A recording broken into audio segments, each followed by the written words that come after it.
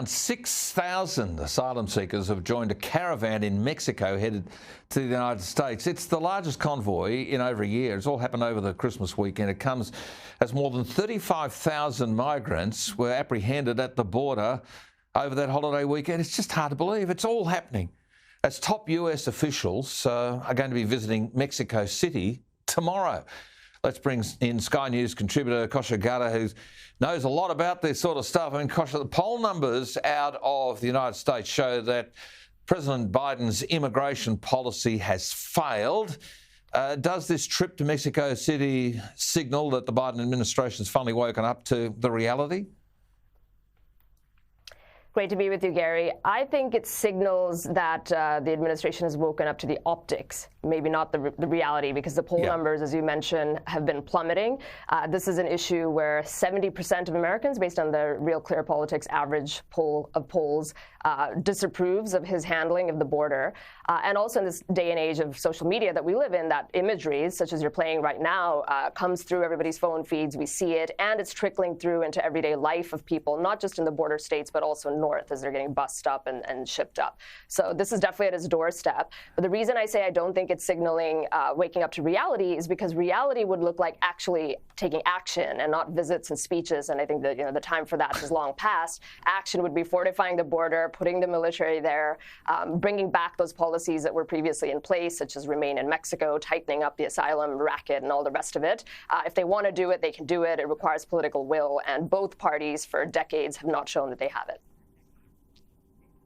And you realise that with social media influencers doing live streaming as they're crossing the border, and people in America are rightly worried about just exactly who's coming and the terms under which they're coming. How important is this issue going to be in the 2024 election? Right up there, I'd reckon.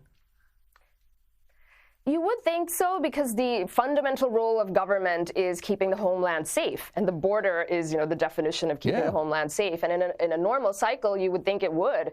The issue is, I think, gone are the days of a normal election cycle where issues and policies and the candidates actually matter. And we've moved into this era of systems-based elections, where it's all about who's better at navigating and wielding the system of turning out the vote, of navigating, mass mail-in balloting, which is now the norm in many states, of being able to leverage the judicial system and putting the whole weight of that against the leading candidate of the other side, as is happening right now. So people kind of who are very good, the party that's better at navigating, leveraging all of those tactics, which often seems to be the Democrat Party, they're just very savvy at that. You would think that even in the wake of this kind of an issue, they actually, might just pull it out again, as we see them doing again and again, even though policies are very unpopular.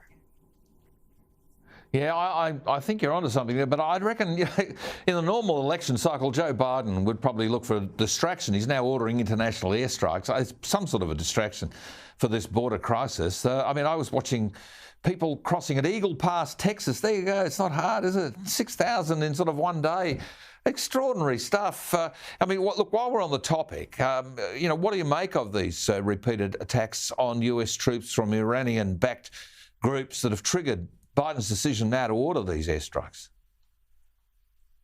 Yeah, I think you're right that pointing to a foreign foe is a time-tested and trusty strategy for distracting away from poor performance domestically. So there's something in that for sure. I think it also reminds people of how in the wake of a weakened America, Iran is stronger and is emboldened, and some of the policies that this administration and the previous one did, the famous plane loads of cash and all that stuff went in there. Just you see that sort of coming home to roost a little bit. I think it also raises a bigger question that many Americans are increasingly asking, which is, why do we have so many bases and troops in that part of the world and elsewhere anyway, as there is a shift in the domestic appetite back home towards non-interventionalism and focusing more on the problems at home instead of being all over the world. I think these kinds of things, where we've got our troops as sitting ducks in some of the worst corners of the world, is something that I think my fellow Americans are certainly asking a lot more about.